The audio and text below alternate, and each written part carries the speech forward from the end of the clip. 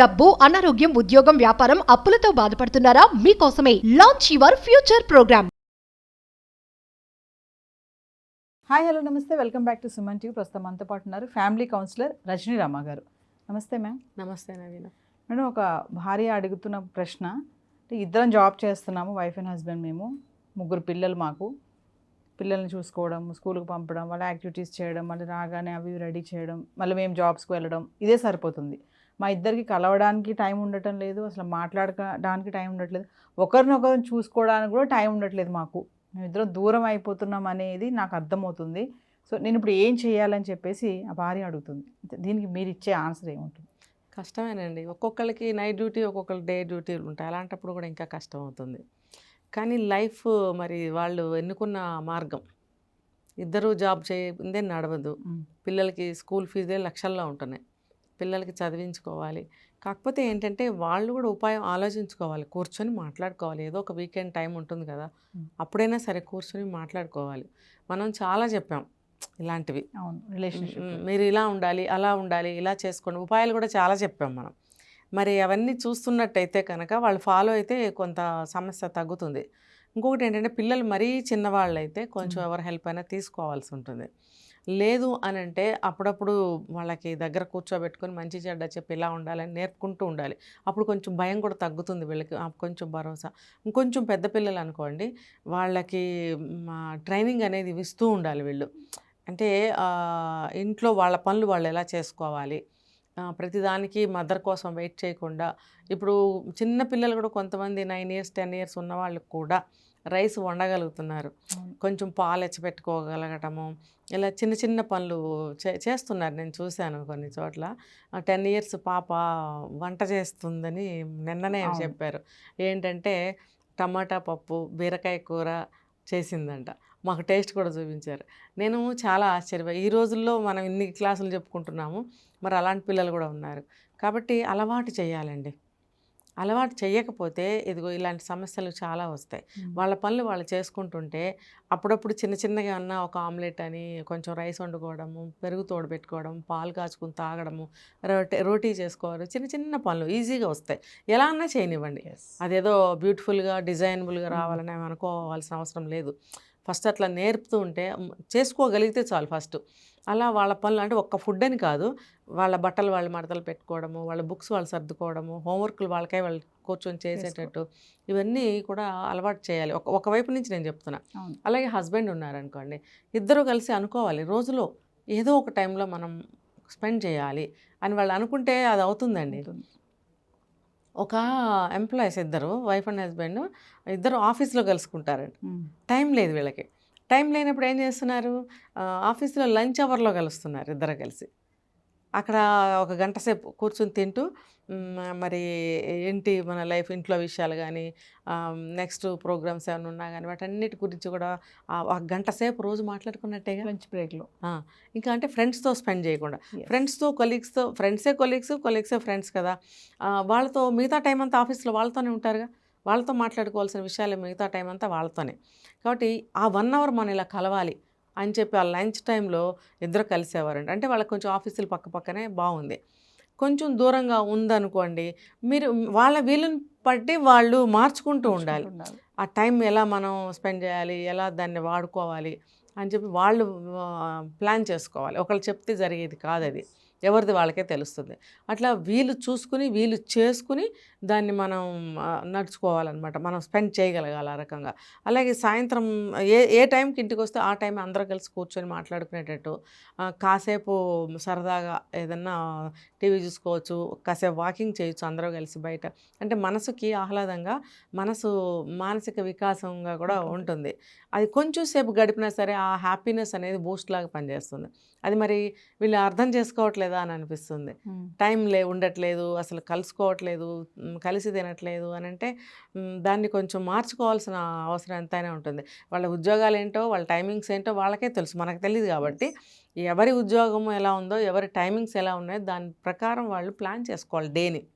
డేని ప్లాన్ చేసుకోవాలి. లేక పొద్దున్నే టైం ఉందనుకోండి 9-10 వరకు, ఒకవేళ జాబ్ చేసే వాళ్ళందరూ 5-6కి లెగవాల్సింది. పిల్లల్ని ఫస్ట్ స్కూల్కి పంపించాలి, తర్వాత వీళ్ళు రెడీ అయ్యి ఆఫీసులకి వెళ్ళాలి. ఒకటే ఆఫీస్ అయితే ఓకే, 2 ఆఫీసులు అయితే 2 దారుల్లో వెళ్ళాల్సి వస్తుంది, లేదా డ్రాప్ చేసి వెళ్ళాల్సి వస్తుంది.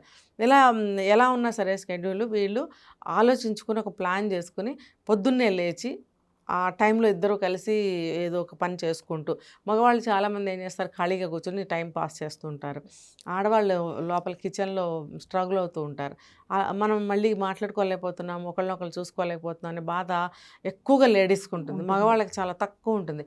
వాళ్ళకి ఏంటంటే ఫ్రీగా ఉండాలనిపిస్తుంది. ఆవిడ వంట చేసుకుంటుందిగా, కాసేపు సెల్ ఫోన్ చూసుకుందాం, ఆవిడ వేరే ఏదో కాల్లో ఉంది కదా మనం ఇంకోటి చేద్దాం అని సపరేషన్గా ఉంటుంటారు. మన పని మనం చేసుకుందాం, అలా కాకుండా ఫర్ ఎగ్జాంపుల్ వాషింగ్ మిషన్లో బట్టలు వేశారనుకో, ఒకళ్ళు వేయచ్చు, ఒకళ్ళు తీసి వేయచ్చు, బయట ఆరేయచ్చు. అలా పనిని పంచుకుంటూ పని చేసుకునేటప్పుడు కూడా మనం మాట్లాడుకుంటూ ఉండొచ్చు. ఏదో ఒకటి మాట్లాడుకోవటమే కదా కావాలి. ప్రతిరోజు వ్యవహారాలు ఏమి ఉండవు కదండి. ఇవాళ ఇంత డబ్బు వచ్చింది, ఎలా డిపాజిట్ చేయాలి, ఇవాళ ప్రాపర్టీ కొంటున్నాం దీన్ని ఎలా కొనాలి, లేకపోతే ఎలా, అలాంటి పెద్ద పెద్ద వ్యవహారాలు రోజు ఏమి ఉండవు కదా. రోజు ఉండేది రెగ్యులర్ కార్యక్రమాలు ఇలాంటివే ఉంటుంటాయి. ఇంట్లో ఉండి కూడా అతను ఆ రూమ్లో నేను రూమ్లో మాట్లాడుకోవటానికి ఉండదు.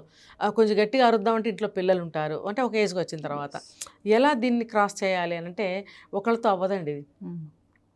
చెప్పడానికి చాలా ఈజీగా ఉంటుంది, నన్ను తిట్టుకుంటారు కూడా అందరూ. ఇద్దరిలో ఉండాలంటే ఇప్పుడు ఈ వీడియో ఒక ఆవిడ చూసింది అనుకోండి, వాళ్ళ హస్బెండ్ ఎలా చూస్తాడు?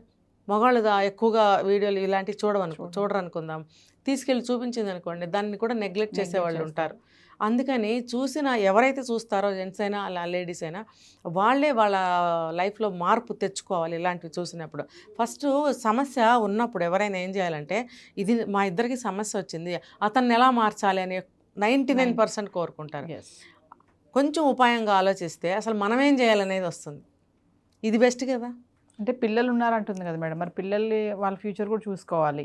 ఇక్కడ ఏంటంటే వీళ్ళిద్దరికి కూడా గ్యాప్ వచ్చేస్తుంది అన్న బాధ కూడా మీరు అన్నారు. హస్బెండ్ కంటే వైఫ్కి ఎక్కువ ఉంటుంది ఆ లోన్లీనెస్. అంటే మేము కలవట్లేదు, అసలు మేము మాట్లాడుకోలేకపోతున్నాం, మాకు టైమే దొరకట్లేదు. ఇలాంటప్పుడు అంటే ఈ రిలేషన్ అనేది కొంచెం దూరం అవుతుందనే భావన ఏర్పడుతుంది కదా. మీరు చెప్పారు లంచ్ బ్రేక్ అని, ఇంకేమైనా సొల్యూషన్స్ ఉన్నాయి మేడం? మరి ఇది డేని వాళ్ళు ప్లాన్ చేసుకోవాలి. ప్రతిదీ ఇంట్లో పని చేస్తున్నప్పుడు పని కాదండి, అక్కడ పని చేస్తూ మాట్లాడుకోమని చెప్తున్నా నేను. స్పెండ్ చేసినట్టే కదా. ఇప్పుడు అందరూ పిల్లలు స్కూల్కి వెళ్ళాలి, వీళ్ళు ఆఫీస్కి వెళ్ళాలి, వంట అయితే చేసుకోవాలి, బాక్సులు అయితే కట్టుకోవాలి. మరీ పిల్లలు లేని వయసులో అయితే ఆఫీస్లో తినేయచ్చు. సరే, పిల్లలకి రోజు బయట ఫుడ్ బాక్సులు తీసుకొచ్చి మీరు పెట్టలేరు కదా, మీరు వండాల్సిందే. ఆ వండాలి అని అన్నప్పుడు మీరిద్దరూ కలిసి ఇంటి విషయాలు మాట్లాడుకుంటూ అది హెల్ప్ చేయొచ్చుగా భార్యకి, తప్పే ఉంది. ఇప్పుడు భార్య ఒకటే ఇంట్లో ఉంటుంది, ఆయన వెళ్ళాలి అని అనుకున్నప్పుడు పోనీ ఆవిడ హెల్ప్ చేస్తుంది, బోల్ టైం ఉంటుంది కాబట్టి. టైం ఉండదు ఇలాంటి వాళ్ళకి. మీరు జాబ్ చేసేవాళ్ళని అన్నారు కాబట్టి ఇద్దరూ కలిసి ఆ పని హెల్ప్ చేసుకుంటూ మాట్లాడుకోవచ్చు వ్యవహారాలన్నీ కూడా. లేదు అని అంటే పిల్లలకి కాసేపు చదువు చెప్పచ్చు ఒకళ్ళు. ఆ టైంలో ఆవిడ 2 పనులు చేయలేకపోవచ్చు, గబగబా వంట చేయొచ్చు.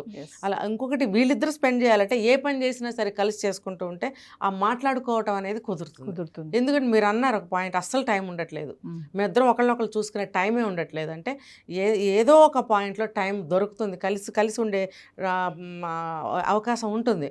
ఉన్నప్పుడు అవైల్ చేసుకోవాలంటున్నా. అస్సలు మొహం చూసుకోకుండా అస్సలు ఇంటికి రాకుండా ఎలా ఉంటారు? ఇప్పుడు రాత్రి 10 అయినా సాయంత్రం 5 అయినా లేకపోతే పొద్దున్న 11 o'clockకి స్టార్ట్ అయ్యి వెళ్ళినా బిఫోరో ఆఫ్టరో ఎక్కడో అక్కడ మీకు టైం దొరుకుతుంది. ఒక షిఫ్ట్లు వేరున్నా సరే, వేరైనా సరే ఎక్కడో చోట దొరుకుతుంది చూడండి ఆ టైము. ఉపాయం అనమాట. వాళ్ళిద్దరు ఏంటంటే ఆఫీస్లో లంచ్ టైంలో కలుసుకునేవారు.